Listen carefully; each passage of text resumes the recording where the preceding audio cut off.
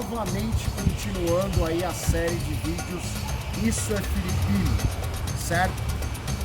A gente falou sobre movimentação, sobre guarda, postura, certo? Sobre movimentação de quadril nos movimentos, certo?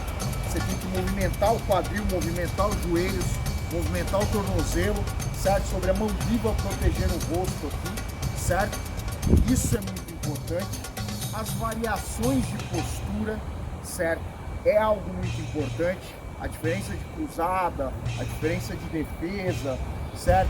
A diferença de você ter uma postura recuada, carregador, a diferença de você ter uma postura invertida, né? Recuada, certo? Estilo gladiador, que a gente usa bastante na calhamó, que a gente chama de guarda da calhamó recuada, certo? Então tudo isso é muito filipino, né?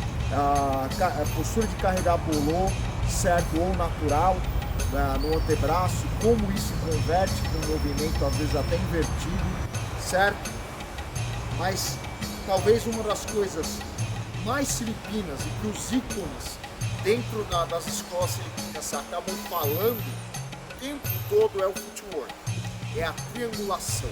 Se não tem troca de perna, certo? Seja triângulo fêmea, certo? Seja triângulo macho, certo? Seja triângulo macho, ou variações, né? Diamante, certo? Diamante, certo? Com troca de perna, diamante, ou W, certo? Ou Fahrenheit, né? Então o footwork ele é natural, ele é muito importante. Você tem que mover as pernas, você tem que ter essas trocas, né? Principalmente estilos tírcias, né? Triangulares, trabalham triangulação, você tem essas inversões, né? Movimentação em L, certo? Movimentação em triple, né? Vem pra cá, diamante, certo? Tudo isso é muito importante. Então se você não tem a junção de quadril, movimento completo, com troca de perna, certo? Tá errado, não é filipino. Filipino tem esse footwork, tem essas trocas de perna, certo? Então estudar trocas de perna faz parte de toda a didática filipina. Estudar essa movimentação, né? Se eu venho para cá, eu tenho um efeito, certo? Se eu venho para cá, eu tenho outro efeito, certo? Se eu caso meu ângulo com a perna da frente, eu tenho um efeito. Se eu caso meu ângulo com a perna de trás, eu tenho outro efeito. Pode ter o risco de você acertar a própria perna, certo? E se você alinha com o quadril às vezes, certo? É o usual, vamos dizer assim. Depende de escola para escola, certo? Conhecer as formas geométricas dentro das passadas, né? Cada exercício de triangulação tem um porquê, certo? Você vai fazer diamante, tem um porquê, certo? Você vai fazer L, tem um porquê. Então você tem que conhecer isso e casar isso com a sua movimentação.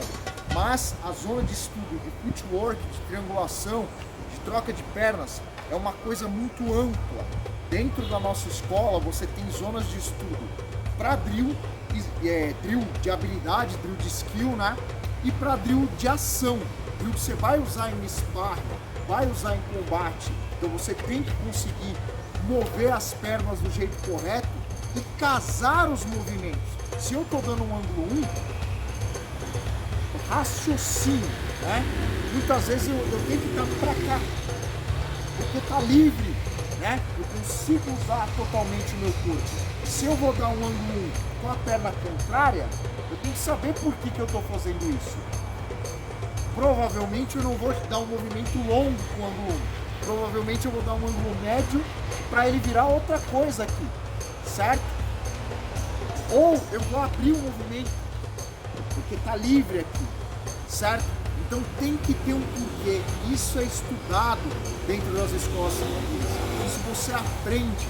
Você não pode ser um autodidata e sair definindo como é isso, porque isso tem um alinhamento matemático e biomecânico. Você tem que conhecer a biomecânica do movimento para poder trabalhar isso de um mais proveitosa, né? O triângulo macho, por exemplo, certo? Como você vai trabalhar isso de uma forma mais proveitosa?